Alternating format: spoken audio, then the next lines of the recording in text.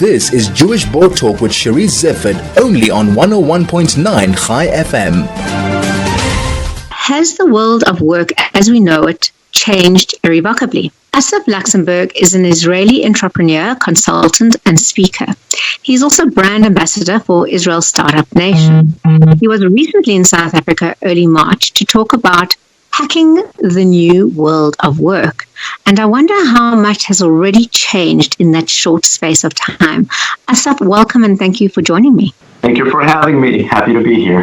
Assaf, firstly, let's start with the situation in Israel. Where are you at? So physically, I'm in the office right now, and it looks like there's an optimistic atmosphere of starting to go back to normal, but it will definitely be a new kind of normal, as we're probably going to talk about. But I think the music that plays to many in our mind right now is the song Age of Aquarius, as if, this is the dawn of a new day, and we're starting to come back to life, and the weather is getting warmer. So that's the mood right now.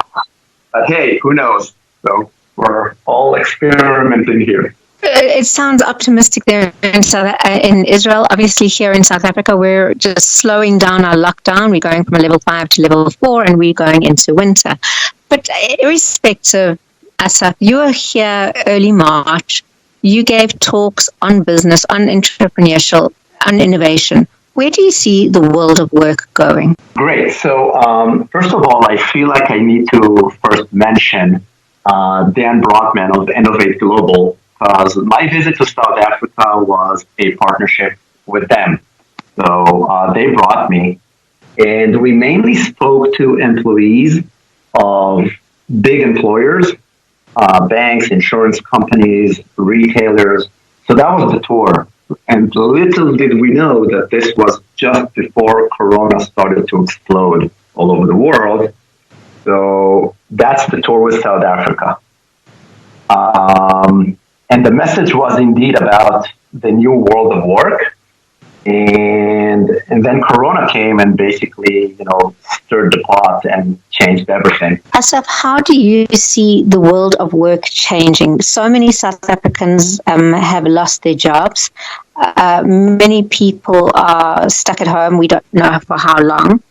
What do you think new jobs are going to emerge, or we're just going to have to be very innovative about how we create new jobs? Right. So the way I see it, there are fundamental changes in the way we work and the way we manage our careers and our professional lives. And these are tectonic changes that started way before COVID-19 and will keep changing things way after this crisis will be over. And the way I see it, what Corona is doing is speeding up the process. So things that would probably take a few years to happen will now happen faster. So I don't see it as a change of direction. I see it as a change in the pace of change. So this is like a stimulus to an inevitable change.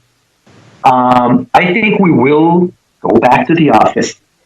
I think we will shake hands, but I don't think that the real world will move to Zoom.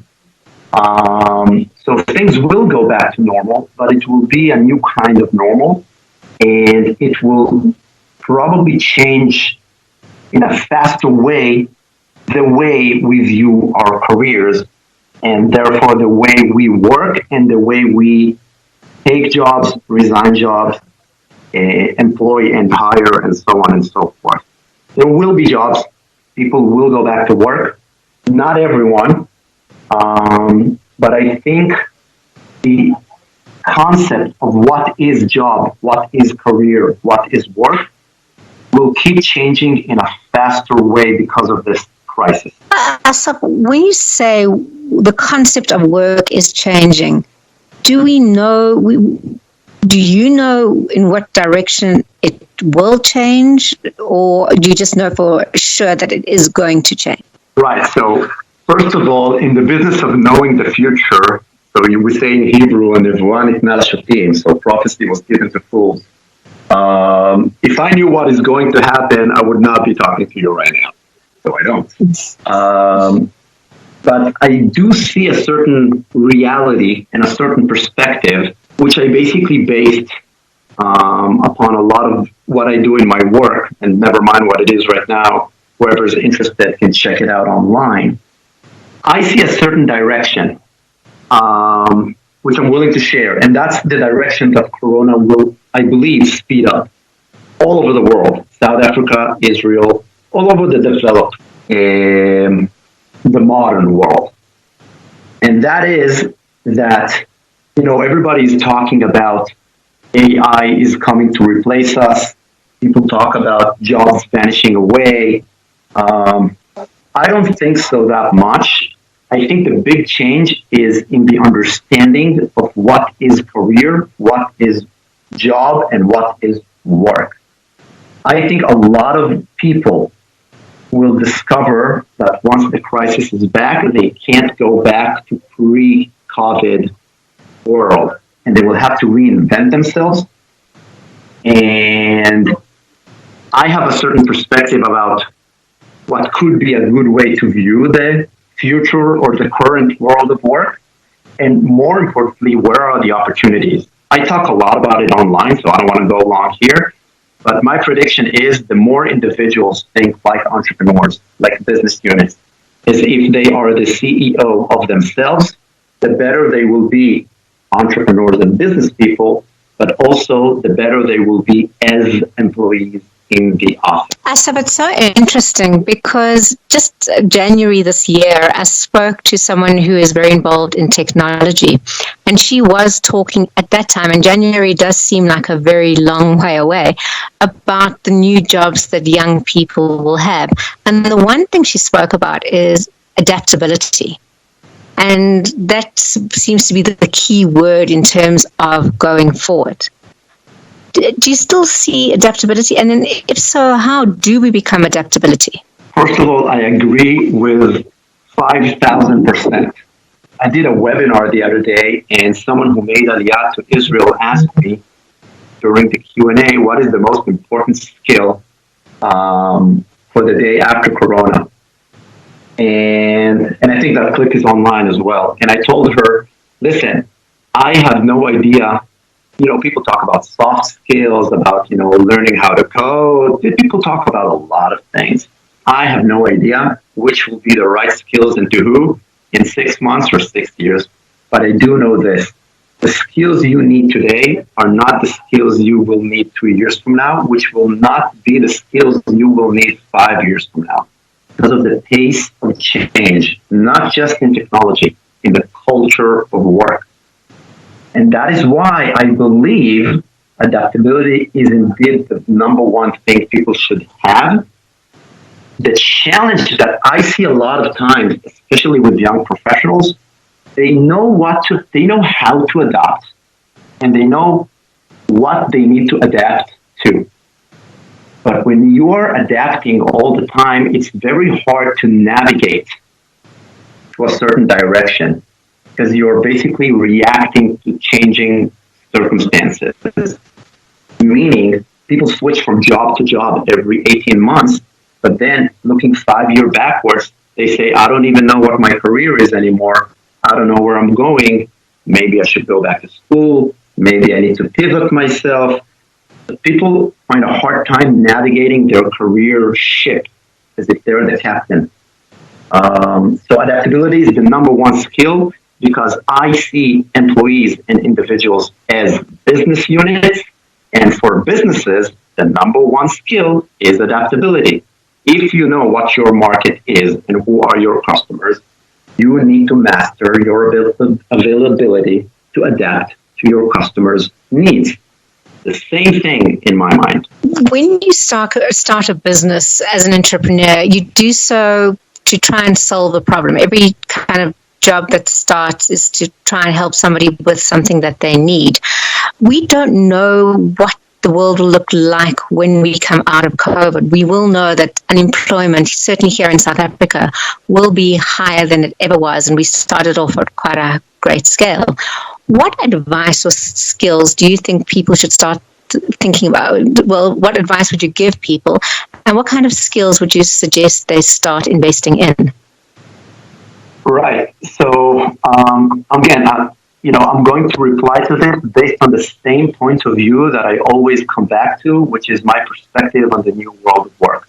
But I do want to tie in specifically the situation in South Africa, which I came to learn a little bit before my visit and during my visit and after my visit. And in a way, South Africa entered this crisis not in the best of situation. But in a way, there's a good side to it, because Corona is going to stir the pot and reshuffle the cards to many economies, to many countries.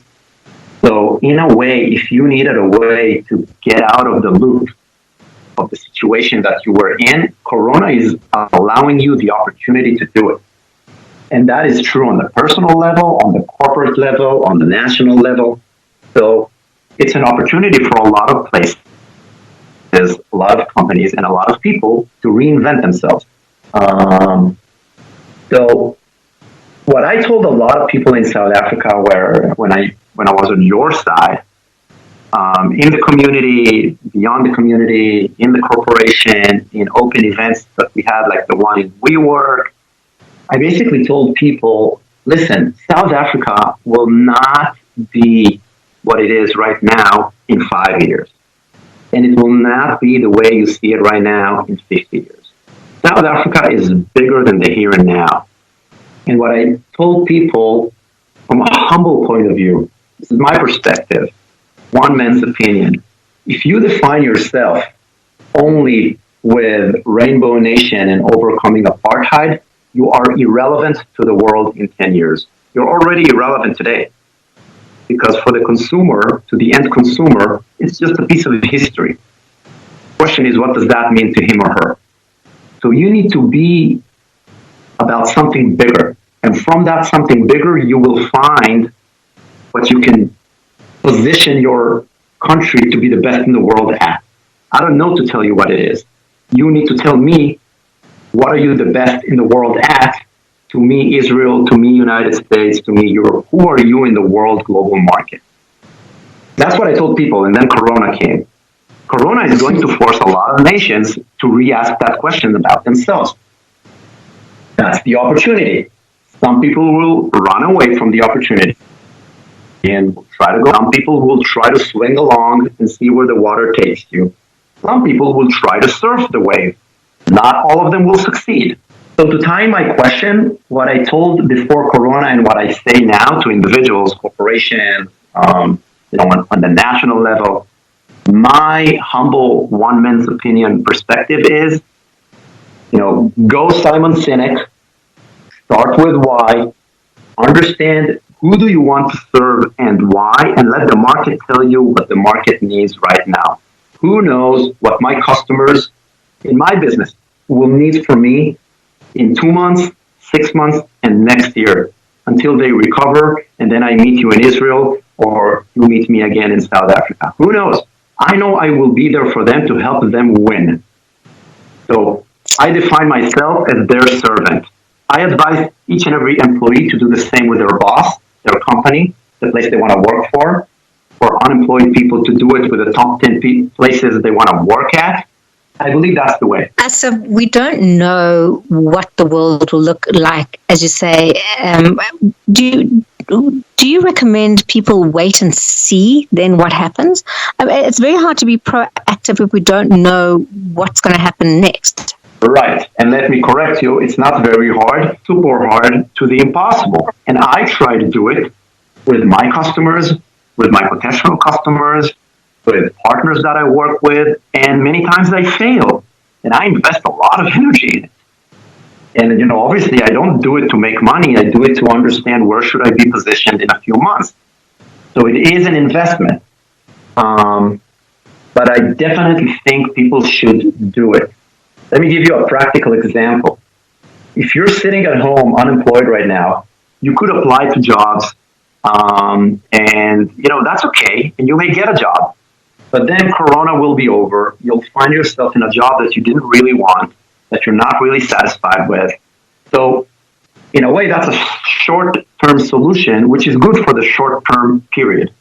What I advise people to do from a practical point of view is to list to themselves the top 10 companies that they want to work for.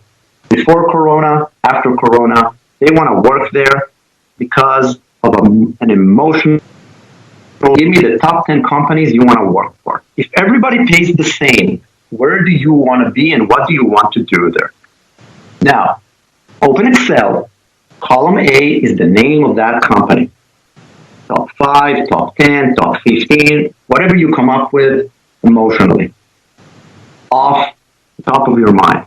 Column B, call it your why. Why do you want to do X for company Y if all things being equal? Because if all things being equal, it better be an emotional reason. I love the product, I love the company, I admire the CEO because she's a Wonder Woman to me. I love the market, I love the customers, whatever, the culture, whatever that is, an emotional reason. Your why. Column C is their why. Do you possess a skill that they need? Do you know markets that they're tapping into? What can you bring to the table that they care about as the potential customer? And then go and communicate to the right decision makers and communicate your why and their why in a clever way and build a relationship. They have no clue who they are going to hire the day jobs come back to life. But you want your name to pop up before they even write the job description. That's marketing. But for the same way businesses do it for yourself. Assaf, thank you for that practical advice. You started the show off by acknowledging Dan Brotman. He was my guest just before you, and he was saying this is an opportunity to kind of reinvent yourself, to look around, acknowledge the possibilities that are out there. And before that, I spoke to Jonathan Katzenberg, who kind of painted the quite bleak situation economically that South Africa finds itself in. So I've enjoyed the progression of the show, and I'm pleased to be ending off with you and the advice that you give in terms of adaptability and finding out what it is that you want. Thank you so much for joining me. Wishing you Shabbat Shalom. And indeed, I thank all of you for joining me. I hope you enjoy your May Day and continue to stay safe.